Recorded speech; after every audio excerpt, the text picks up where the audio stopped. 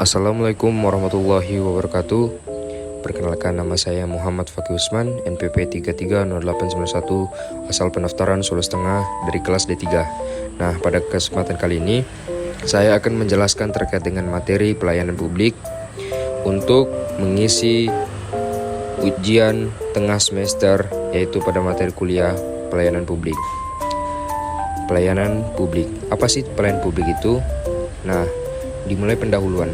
Pelayanan publik secara pemerintah adalah public servant, yaitu kesadaran tentang arti pentingnya pelayanan umum dan manajemennya di kalangan pemerintah masih sangat lemah. Alasannya, yang pertama, kegiatan pemerintah bersifat monopoli. Tanpa kompetisi tidak akan tercapai efisiensi. Kemudian yang kedua, yaitu lebih mengandalkan kewenangan daripada mekanisme pasar maupun kebutuhan konsumen. Yang ketiga, belum adanya akuntabilitas secara lengkap pada kegiatan pemerintahan. Yang keempat, lebih mengutamakan pandangan diri sendiri daripada pandangan konsumen yang dilayaninya. Yang kelima, kesadaran masyarakat sebagai konsumen produk pemerintahan masih sangat lemah, sehingga masyarakat lebih banyak berposisi sebagai objek.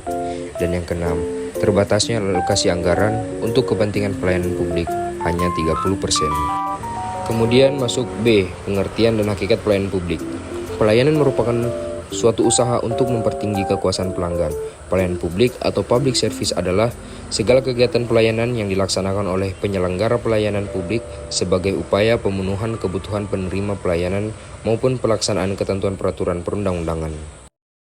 Keputusan Menteri Pendayagunaan Aparatur Negara Menpan Nomor 63 Kep Empan 7 2003. Selanjutnya, hakikat pelayanan publik yaitu melayani masyarakat baik sebagai kewajiban maupun sebagai kehormatan, merupakan dasar bagi terwujudnya masyarakat yang manusiawi. Solvot 1953. Pelayanan publik pada hakikatnya pemberian pelayanan prima kepada masyarakat yang merupakan kewajiban aparatur negara sebagai abdi masyarakat, merupakan keputusan Menteri Pendayagunaan Aparatur Negara Menpan Nomor 63 Kep Empan 2003. Kemudian, bagi organisasi, melayani konsumen merupakan saat yang menentukan, moment of truth, peluang bagi organisasi untuk menunjukkan kredibilitas dan kapabilitasnya. Pada abad ke-21 adalah abad pelanggan.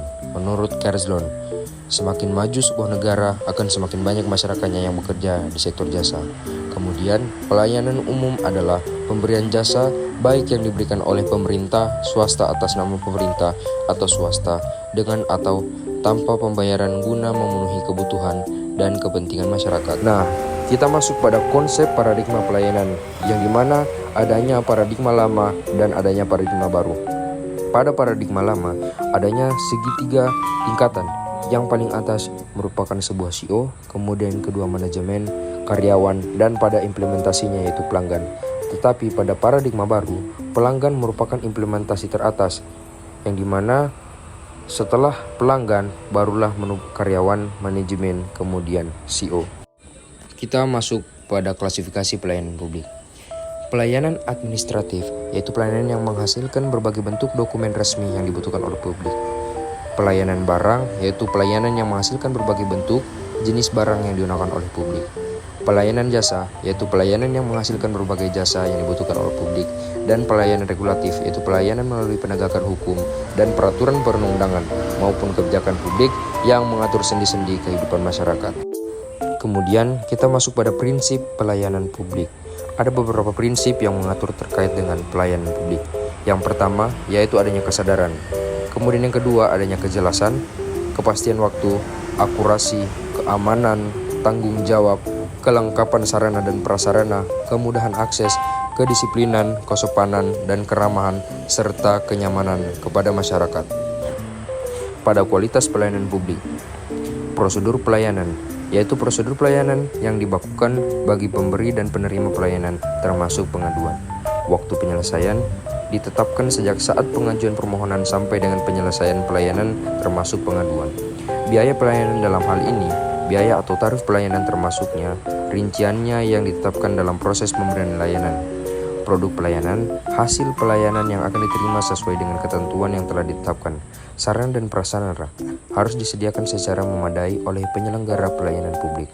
Kemudian, kompetensi petugas pemberi pelayanan harus ditetapkan dengan tepat berdasarkan pengetahuan, keahlian, keterampilan, sikap dan perilaku yang dibutuhkan. Selanjutnya kita masuk kepada materi New Public Service. Apa sih New Public Service itu?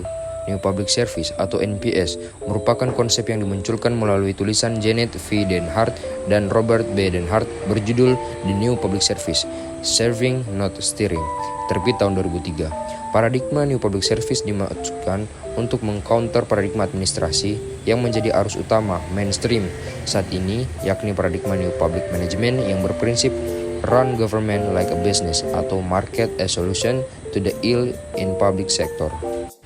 Teori New Public Service memandang bahwa birokrasi adalah alat rakyat dan harus tunduk kepada apapun suara rakyat, sepanjang suara itu rasional dan legitimate secara normatif dan konstitusional. Seorang pimpinan dalam birokrasi bukanlah semata-mata makhluk ekonomi seperti yang diungkapkan dalam teori New Public Management, melainkan juga makhluk yang berdimensi sosial, politik, dan menjalankan tugas sebagai pelayan publik.